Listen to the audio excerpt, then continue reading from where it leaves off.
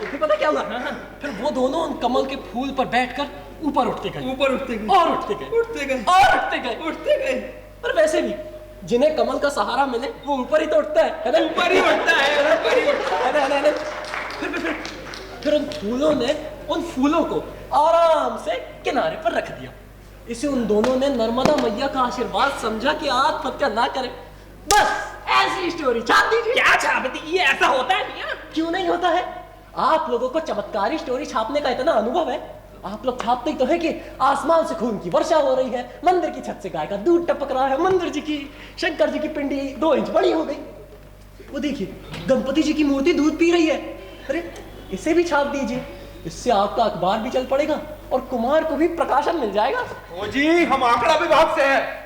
आपने निर्णय बदलकर हमारा हिसाब गड़बड़ कर दिया। हम केंद्रीय कार्यालय में तार कर चुके हैं। अब हमें डांट पड़ेगी कि हमने ये आत्महत्याएं क्यों नहीं होने दी।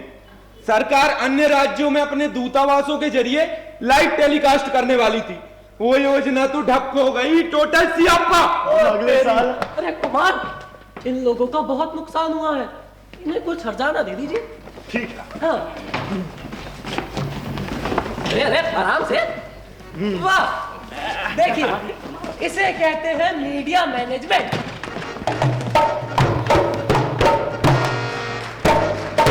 अब तो मेरी राजमहल में कटती रैन नहीं है, मन तो सन्यासी जैसा है, योगी नैन नहीं है। हम की चिता पर जल जाएंगे बनकर हम परवाने, मन की पीड़ा मन ही समझे या फिर राम ही जाने। कहानी ये रानी नागफनी की, कहानी ये रानी नागफनी की। कुमार, क्या हो गया है आपको? ना आप खाना खाते हैं ना पानी पीते हैं, 8 पहर बस तड़पते ही रहते हैं कुमार। क्या करूं मित्र? मगर कुमार पता, महाराज ने आपके दिल को बहलाने के लिए एक बहुत बड़े गायक को भेजा है। आ गया।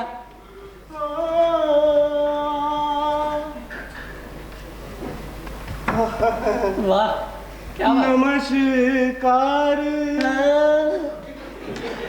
सखा। ये कैसा विचित्र आदमी है? इसका मुंह तो कान से लगा हुआ है। इतने चौड़े मुंह का आदमी तो हमने कभी नहीं देखा। कुमार, ये बहुत बड़े गायक हैं। क्या है ना, इन्हें रात रात भर जोरों शोरों से आलाप लेना पड़ता है, तो इन्होंने आलाप की सुविधा के लिए अपना मुंह ऑपरेशन द्वारा कानों तक बढ़वा लिया। हाँ, बस अभी आप इनकी कला देखेंगे। सुनाइए।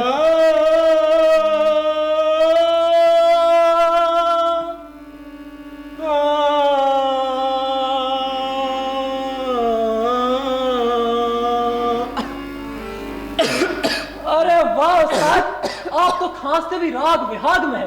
वाह।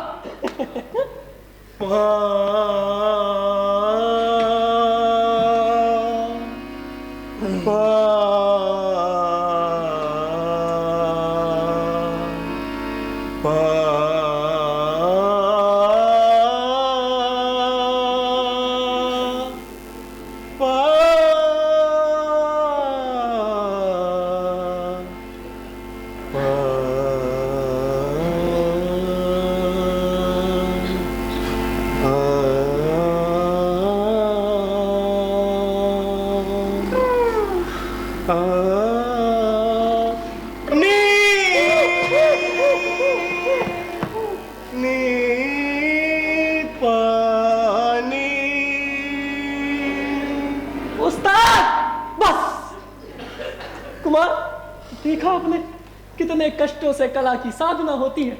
इन्होंने रात में पा कहना शुरू किया और सुबह होते होते नी कहा। जरा सा इन्हें प्यास लगी थी, पानी कहने में इन्होंने पूरा 12 घंटा लगा दिया। कुमार, लो मित्र, इन्हें पानी पिला के रवाना करो। जी कुमार। लीजिए उस्ताद जी, मैं आपको पानी पिलाता हूँ। आइए। हाँ चलिए चलिए चाहिए, मैं आपको पानी पिलाता हूँ। धन्यवाद। नमस्कार नमस्कार नमस्कार नमस्कार मुफद्दल जी नमस्कार, कुमार साहब जी नमस्कार। कुमार, ये कवि है बड़े वाले। क्या कवि है? क्यों देखता नहीं हूं? मेरी वेशभूषा से, मेरी मुखाकृति से क्या मेरी काव्य प्रतिभा प्रकट नहीं होती? नॉनसेंस। कविवर कुमार ने तो बस ऐसे ही पूछ लिया, यदि आप बुरा ना माने तो। क्या आपकी इस विशेष वेशभूषा का मतलब? देखो, मैं ना नहाता हूं, ना बाल कटाता हूं, ना ही दाढ़ी बनवाता हूं। स्वच्छता को मैं पतनशील प्रवृत्ति मानता हूं। युग अगर सफाई पर जोर देता है तो हम गंदे रहकर युग के प्रति असंतोष प्रकट करते हैं। हम बहुत विद्रोही हैं, हमें सब पर क्रोध है। That's it। पर सब पर आप क्रोधित क्यों हैं कविवर? सब बुरे लोग हैं। इस समाज पर, सरकार पर, प्रजातंत्र पर, प्रजातांत्रिक संस्थाओं पर हमें किसी में भी कोई आस्था नहीं है। हम बीए में फेल होने के बाद प्रोफेसर बनना चाहते थे, लेकिन हमें प्रोफेसर नहीं बनाया गया, इसलिए हमें मानवीय संस्थाओं से घृणा हो गई। सब मनुष्य का नाश करते हैं। That's it। कविवर, आप नीचे पजामा, ऊपर सैंडो बनियान और ये गले में टाई क्यों लगाएं? इसका क्या अर्थ हुआ? इसके दो अर्थ हैं। पहली बात तो यह है कि हम इंटरनेशनल हैं, और दूसरी बात यह है कि हम समाज की कोई भी रीति नीति को नहीं मानते। That's it। हम ग्लोबल के साथ साथ लोकल भी हैं। That's it। ग्लोबल के साथ साथ लोकल भी है। बहुत ही बड़े वाले। हमको यहाँ पर आए 387 क्षण हो चुके, और अभी तक आपने हमसे कविता सुनाने को नहीं कहा। आप समय का हिसाब क्षणों में रखते हैं। हमारी घड़ी घंटा और मिनट नहीं बताती, क्षण। प्रत्येक क्षण का अपना महत्व होता है। जैसे कि पिछले क्षण का इस क्षण से कोई संबंध नहीं, और न ही आने वाले अगले क्षण से होगा, क्योंकि हर क्षण स्वतंत्र है। That's it। नहीं कविवर, ऐसा कैसे हो सकता है? अब देखिए, पिछले क्षण जो आपने बका, उससे अगर इस क्षण हमें गुस्सा आ जाए और हम आपको एक लपाड़ा मार दे, तो अगले ही क्षण आपको दर्द तो होगा कि नहीं? नहीं, आपका तर्क बिल्कुल असंगत है, लेकिन उदाहरण जैसे कि चांटा मारना, ये बड़ा ही सशक्त है, इसलिए इस विषय में हम अभी कुछ भी कहना नहीं चाहते। That's it। ठहरिए कविवर, आप ये बनियान क्यों पहने और ये सलीब को क्यों साथ रखते हैं? हम मरे हुए लोग हैं, हमारी आस्था मर गई, हमारे विश्वास मर गए, हमारे आदर्श मर गए, इसलिए हम सलीब रखते हैं। That's it। कविवर, आपके माँ बाप भाई बहन कोई नहीं है? हैं, सब कोई है, लेकिन हमारा कोई नहीं है। हम निपट निसंग अकेले हैं। That's it। हमें किसी से कोई मतलब नहीं। कविवर, अब आप अपनी कविता ही सुना दीजिए। हाँ, कविता सुनिए जी। कविता का शीर्षक है कौवा, केंचुआ, भेल और मैं। स्याह काले आकाश का शोक वस्त्र पहने अंधेरे मौसम की सुबह, और कांव कांव करते काले कौवे मेरे आर पार निकल जाते। उनमें से एक बेहद बूढ़ा और काला कौवा मेरे शरीर में कहीं घुस गया है। डर लगता है मुझे कि कहीं मेरी आत्मा में वो घोंसला न बना दे, कहीं काले काले अंडे न दे दे। अब मुझ में इतनी भी ताकत नहीं कि मैं अपने शरीर से उसे बाहर निकाल सकूं। हाय मेरी नियति, मैं इस कदर गया गुजरा और दुबला हूं कि अपने ही कंधे पर रखे अपने सलीब के बोझ को ढो नहीं सकता। हाय महज छोटी छोटी और दुबली मछलियों को चाह रहा हूं। मेरे आंसुओं का डबरा समुद्र है। काश ये छोटी छोटी दुबली मछलियां भेल होती और मेरे आंसुओं का डबरा समुद्र हो जाता, तो क्या मैं अपने आप को गौरवान्वित महसूस नहीं करता? That's it।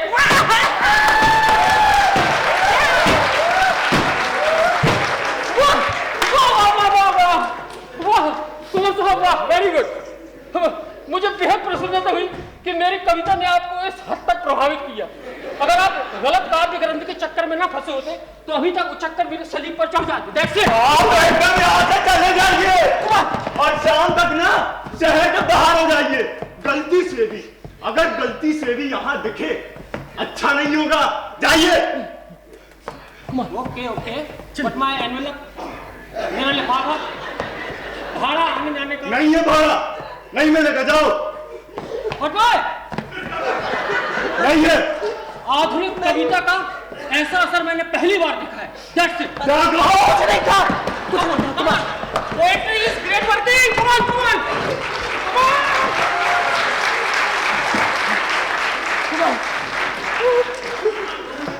ये कभी तो आपकी परेशानी और भाग के चला गया, लेकिन अब मैं जानता हूं कि आपका मन कैसे शांत होगा। कैसे मित्र? नागफनी के चित्र से, है ना? हाँ मित्र, मुझे पता था। मैंने ना 2 बहुत ही बढ़िया चित्रकार बुलवा रखे हैं, उनसे कह दिया है कि नागफनी का सुंदर सा चित्र बनाकर लाओ, बस आते ही होंगे। अरे वाह, अरे वाह, नमस्कार। नमस्कार, चित्र दिखाइए।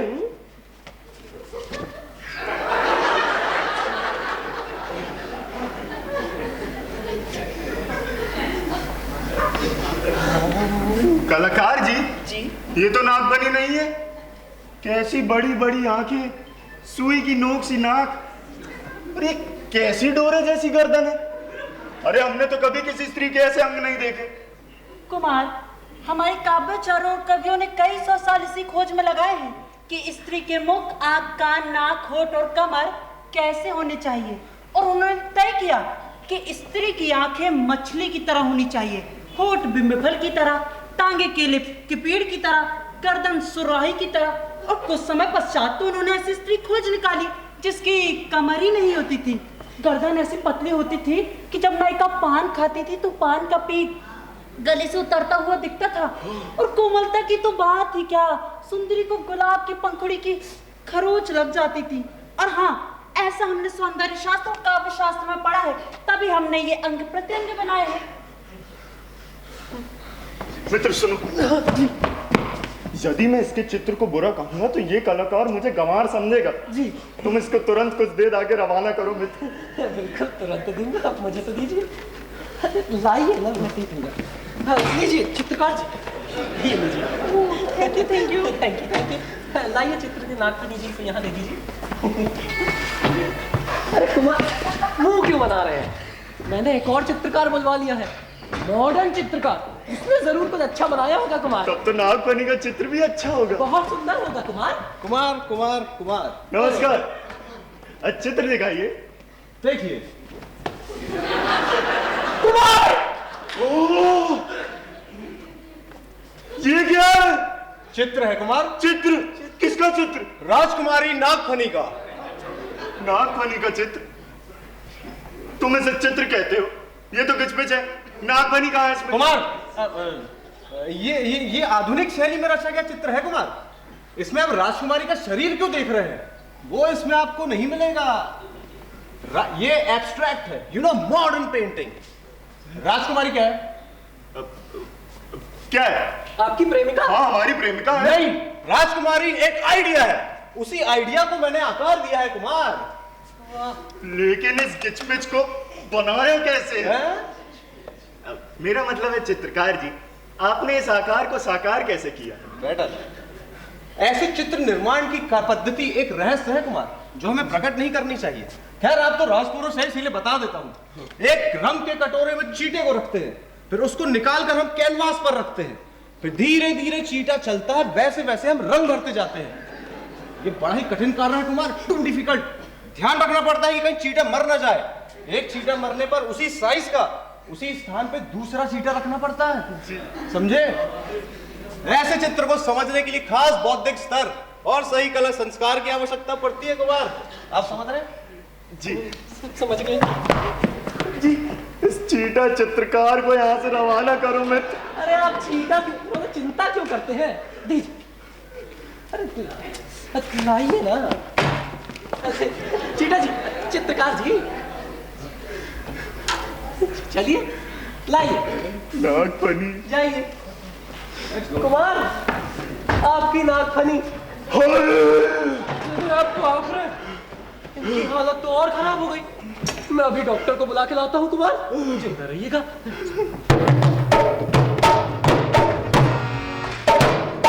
प्रेम रोग लग जाए तो बदलाए क्या होता है, कभी कभी दिल हंसता है तो कभी कभी रोता है।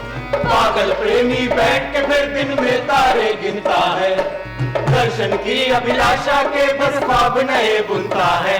कहानी ये रानी नागफनी की कहानी है, रानी नागफनी की।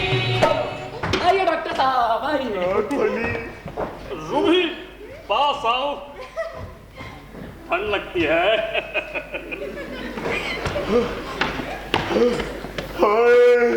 हाय अरे डॉक्टर साहब वो तड़प रहे हैं, तड़पने वाला हाय। ओ अच्छा अच्छा।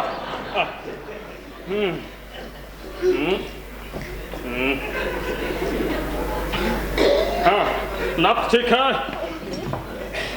टट्टी साफ होती है। हाँ होती है। तुम्हें कैसे मालूम? साफ मैं ही करता हूँ। हाँ फिर ठीक है। रूबी टट्टी साफ होती है। छीछी साफ होती है। भूख कैसी लगती है? मामूली। मामूली। भूख मामूली लगती है। नींद आती है? नहीं। नहीं। रूबी नींद नहीं आती। मुझे नहीं। सिस्टम सब ठीक है, नाड़ी भी बराबर है, हार्ट भी दुरुस्त है। फिर क्या गड़बड़? डॉक्टर साहब इन्हें प्रेम की बीमारी है। ओह अच्छा अच्छा, प्रेम की बीमारी है। एक काम करो, तुम पैरासिटामोल मंगा लो। पैरासिटामोल? डॉक्टर साहब हाँ? वैसे तो चिकित्सा क्षेत्र में मेरा उतना दखल नहीं है, लेकिन फिर भी मन में एक सवाल उठता है कि प्रेम की बीमारी में भी पैरासिटामोल? कोई भी बीमारी हो, पेट दर्द हो तो पैरासिटामोल, सर दर्द हो तो पैरासिटामोल, कैंसर हुआ तो पैरासिटामोल, और बवासीर हुआ तो पैरासिटामोल, भाई बहन में लड़ाई हो जाए तो दोनों को पैरासिटामोल देना चाहिए। और यदि नाका बिगड़ जाए तो? अरे जिस बात को जानते नहीं हो बहस क्यों करते हो? तुम्हें क्या मालूम नहीं पैरासिटामोल की खोज से कितनी बड़ी क्रांति हो गई है? अब तो सिर्फ और सिर्फ एक ही दवा रह गई, पैरासिटामोल। जाओ दे दो। पैरासिटामोल? फीस क्लिनिक भिजवा देना। जी। Hi bye. रूबी पास आओ, ठंड लगती है। मार इस पैरासिटामोल डॉक्टर से तो कुछ नहीं होगा, लेकिन मैंने दूसरा डॉक्टर भी बुलवा रखा है सेकंड ओपिनियन के लिए। बाबा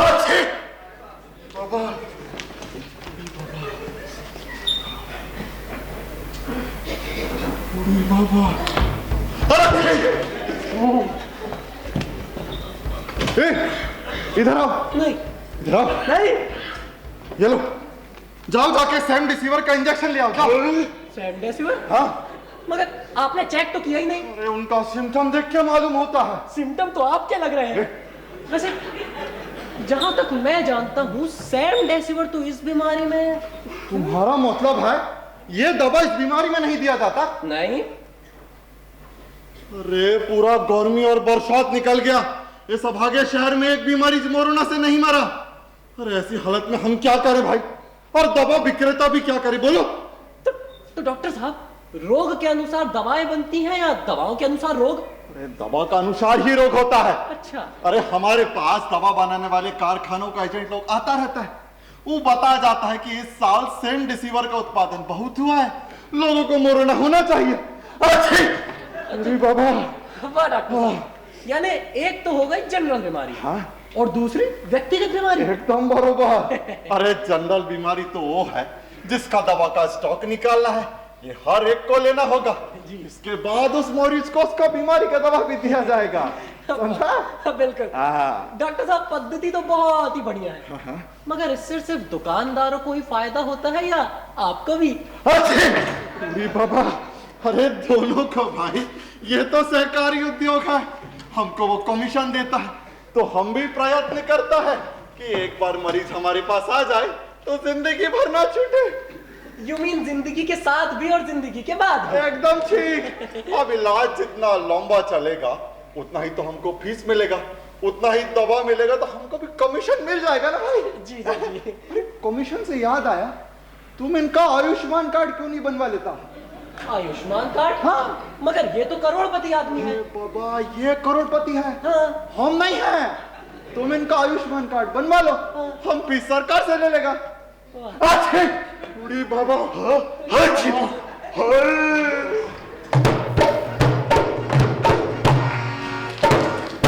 डॉक्टर जो भगवान थे कल तक आज बने हैं कसाई, रोगी मरता है मर जाए दिखती है कमाई, मजबूरों के चेहरे पर अब दिखने लगी हताशा, जीना और मरना तो बस है इनके लिए तमाशा, कहानी है रानी नागफनी की, कहानी है रानी नागफनी की।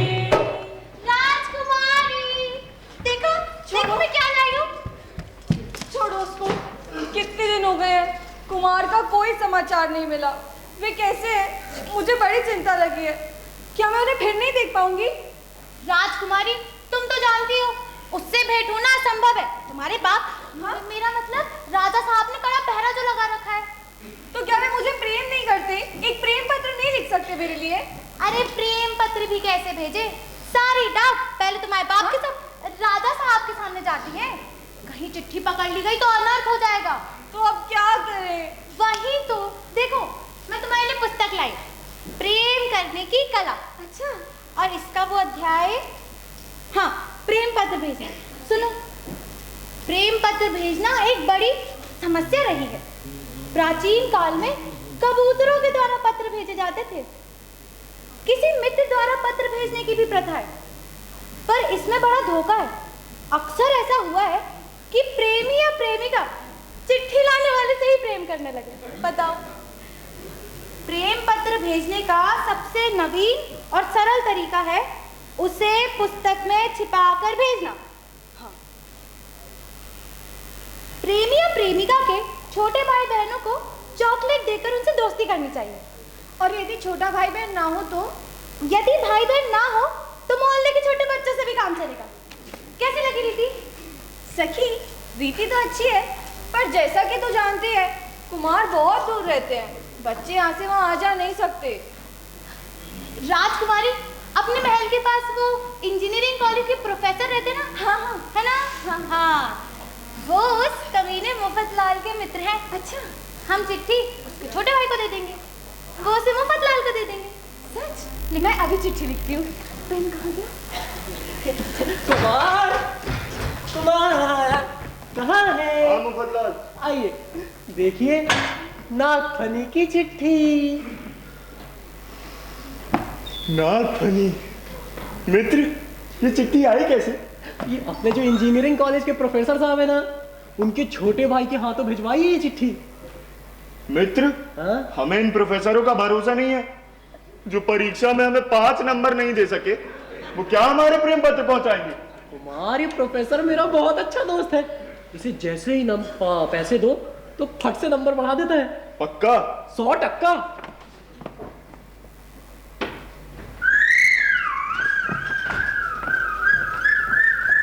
मुन्नू, कहाँ जा रहा है?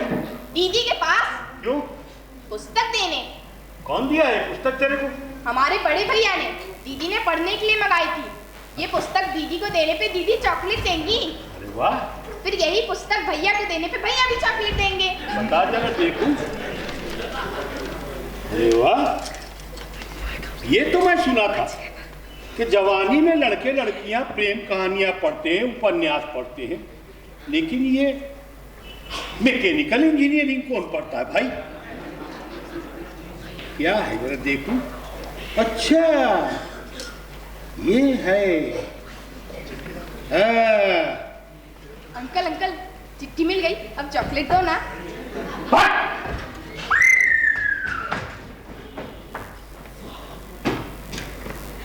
नागफनी। जी पिताजी।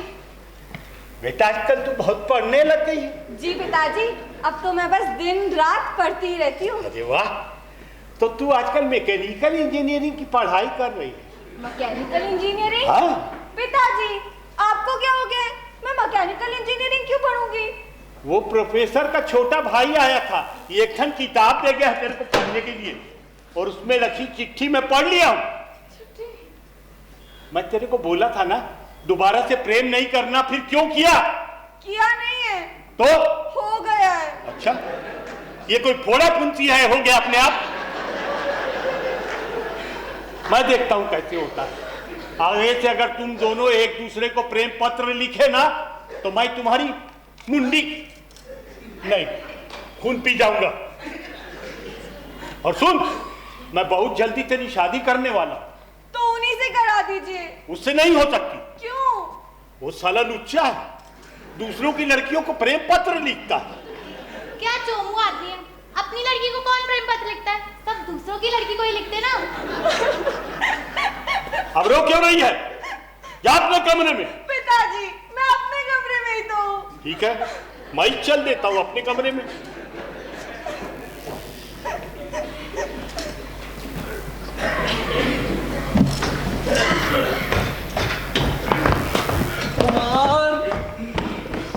चिट्ठी लाए? नहीं। क्यों? बड़ा अनर्थ हो गया कुमार। क्या हुआ? प्रोफेसर ने जल्दी जल्दी में आपकी चिट्ठी मैकेनिकल इंजीनियरिंग की किताब में डाल दी। राखड़ सिंह को शक हो गया और उसने चिट्ठी पकड़ ली। मित्र, मैंने तुमसे पहले ही कहा था, इन प्रोफेसरों पर हमें जरा भी भरोसा नहीं है। अरे विद्या के क्षेत्र में तो हमें मारा ही, अब प्रेम के क्षेत्र में भी मार रहा है। कैसे नालायक है। अरे जिसे प्रेम पत्र भेजने का शऊर नहीं है वो क्या पढ़ाता होगा?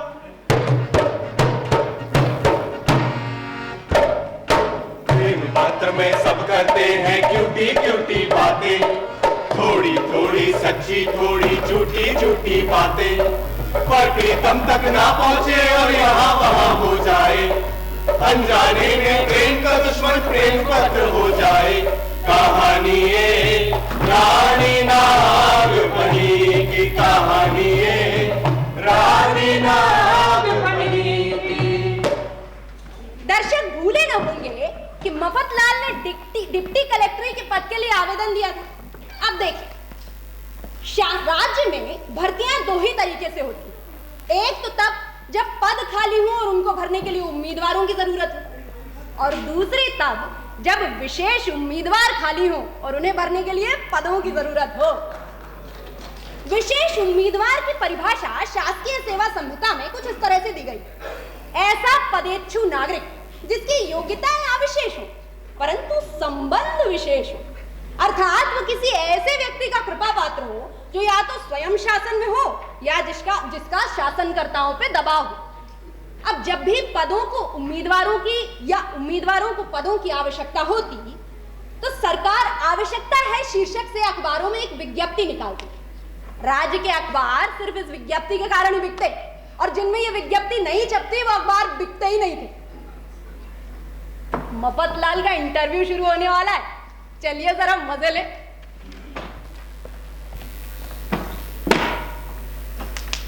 आपकी क्या क्वालिफिकेशन है? MA first class, LLB first class. Oh, आप किसके आदमी हैं? जी मैं तो किसी का आदमी नहीं, मैं तो बस आम आदमी हूँ। और आप किसके आदमी हैं? कुमार अस्तभान का। और आपकी क्वालिफिकेशन? क्वालिफिकेशन वो क्या होता है? आई मीन योग्यता। योग्यता जो भी हो, मगर डिप्टी कलेक्टर तो मैं ही बनूंगा, तुम नहीं बन सकते। मिस्टर रितेश कनौजिया जी, आपका नंबर आ गया। इनका फार्म खा तो खाली है। मतलब किसी का आदमी नहीं। देखते हैं। मैं कभी sir come in. Sit down. Thank you. तो रितेश जी, ब्लैक होल के होल की साइकोलॉजी में और फिलॉसफी में अंतर स्पष्ट कीजिए। कितना देर लगाते हो? डल, वेरी डल।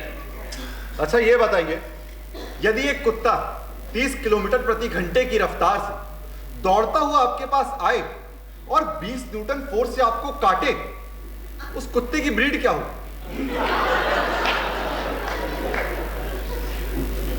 मॉलिक्यूलर फॉर्मूला बताइए। इसको तो कुछ भी नहीं आता। डल, वेरी डल, वेरी बैड। आप लोगों को कुछ और पूछना है? अब पूछना क्या है सर, सब तो पूछ लिया है। ठीक है, आप जा सकते हैं। Mister Muftlal present. आपका नंबर आ गया। जी आप नहीं चलेंगे? जी नहीं। ये किसका आदमी है? ये राजकुमार अस्तवान के खास आदमी है। अच्छा, राजकुमार अस्तवान। राजकुमार अस्तवान के। जी। Good morning sir. बैठिए। धन्यवाद। कुंवर साहब कैसे हैं? अच्छे हैं। कुंवर साहब अच्छे हैं। आज आपने खाने में क्या खाया? आज दाल चावल सब्जी रोटी और अचार। अचार भी। आपकी चप्पलें बड़ी अच्छी लग रही हैं। दूं क्या? Good sense of humour. ये बताइए, हाँ? अभी अच्छी फिल्म कौन सी लगी है? 14वीं का चांद, जिसमें गुरुदत्त, वहीदा रहमान, जॉनी वॉकर और हेलेन काम कर रहे हैं। सेंस ऑफ ह्यूमर भी बहुत अच्छा है। नॉलेज भी। तो हम सब आपकी प्रतिभा से बहुत प्रसन्न हुए हैं मुफतलाल जी, और हम सब आपका चयन किए देते हैं डिप्टी कलेक्टरी के लिए।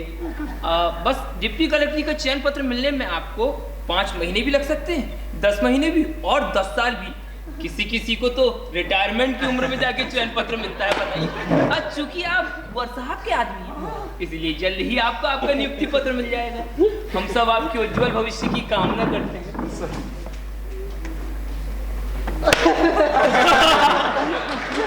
Very naughty. साला मैं तो साहब बनने गया। अनुभव जिनके पास वो डिग्री लेकर घूम रहे हैं, रिश्वत देकर मिली नौकरी वे सब झूम रहे हैं। जीत का जश्न मनाए काना नाचे यार बिपाशा, आसमान और नागपरी का देखो आज तमाशा। कहानी ये रानी नागपरी की कहानी है, रानी नागपरी की।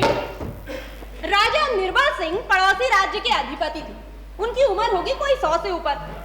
कई सालों से मृत्यु शैया पर पड़े हुए थे और हर साल उनकी मृत्यु की आशा की जाती थी। एक दिन मृत्यु शैया पर पड़े पड़े ही उन्होंने राजकुमारी नागफनी के रूप और गुण का बखान सुन लिया। फिर लड़खड़ाते हाथों से विलास मंत्री को पास बुलाया। विलास मंत्री? अरे राजा की अय्याशी के लिए पूरा मंत्रालय था भाई, उसी का मंत्री। विलास मंत्री पास आया तो राजा ने कहा, मैं राजकुमारी नागफनी से विवाह करूंगा। अब विलास मंत्री ने अपने राजा की आज्ञा मानने में आज तक एक भी दिन की देरी नहीं की, तो वो तुरंत विवाह का प्रस्ताव लेके चल दिया राखड़ सिंह के दरबार में।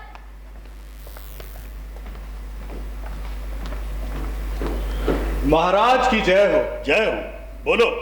महाराज, हमारे राजा साहब निर्मल सिंह जी ने आपके श्री चरणों में तुच्छ सी भेंट सादर अर्पित की है। राजा निर्बल सिंह तो मृत्युशैया पर पड़े, और ऐसे में उन्होंने ये भेंट ईश्वर को समर्पित ना करते हुए मुझे समर्पित की है। इसका ये कुछ ना कुछ आशय तो होगा। आशय अवश्य है महाराज। निर्मल सिंह जी मृत्यु से पहले एक बार और विवाह करना चाहते हैं। उन्होंने राजकुमारी के रूप और गुण की बड़ी प्रशंसा सुनी है महाराज, इसीलिए आपकी सेवा में मुझे संबंध निश्चित करने भेजा है। मृत्यु शैया पे पड़ा वो आदमी, अरे भाई वो बारात लेकर कैसे आएगा? ये तो सच है महाराज। निर्मल सिंह जी बिस्तर से नहीं उठ सकते, इसीलिए बारात आपको लानी पड़ेगी। इससे आप एक नई परंपरा को जन्म देंगे, जिससे भविष्य में विवाह लोग वृद्ध आपको आशीर्वाद देंगे। ठीक है, मैं 2-4 दिन में अपना जवाब भेज दूंगा। महाराज, यहाँ तो घड़ी घट रही है, 2-4 दिन में ना जाने क्या हो जाए। मैं वो निर्मल सिंह को बहुत अच्छे से जानता हूं। वो शादी के बारे में सोचते सोचते 1 महीना निकाल देगा। उसको कुछ नहीं होगा। तुम जाओ, मेरे जवाब का इंतजार करो। जो आज्ञा महाराज।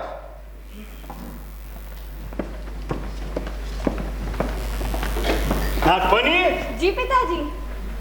मैंने तेरा विवाह निश्चित कर दिया है निर्बल सिंह जी के साथ। पिताजी, आप मुझे कुएं में क्यों नहीं डाल देते? वही तो मैं कर रहा हूँ, उसके पैसे मिल रहे हैं मुझे। पर पिताजी, इसमें मेरा क्या भला? वे इतने वृद्ध है। बेटा पुरुष कभी बूढ़ा नहीं होता। निर्बल सिंह अभी केवल 100 बरस का ही तो है। 100? हाँ, और सुन, तू उसकी अंतिम रानी होगी। हाँ, ये उसकी अंतिम शादी होगी।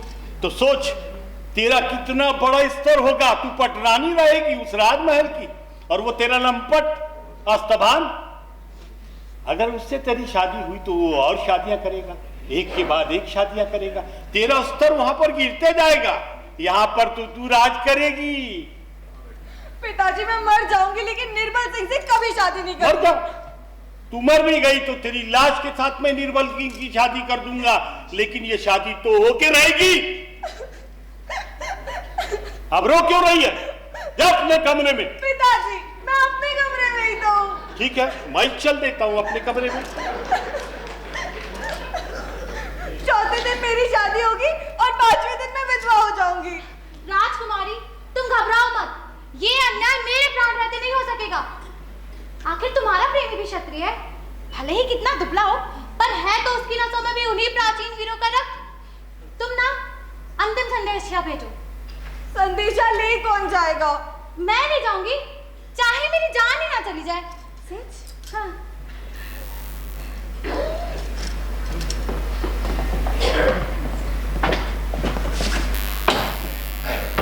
मित्र, बहुत दिनों से नागफनी का कोई संदेशा नहीं है। हाँ कुमार, मुझे भी प्रोफेसर ने कुछ कुमार, नागफनी। करेला मुखी, मेरे पास ज्यादा समय नहीं है, मैं राजकुमारी का अंतिम संदेशा लेकर आई हूँ। उन्होंने कहा है कि आज से चौथे दिन उनका विवाह निर्बल सिंह से हो जाएगा। उस बुढ़ाऊ के साथ? हाँ, उस बुढ़ाऊ के साथ। यदि आपकी भुजाओं में बल है तो उन्हें वहां से भगा ले जाए।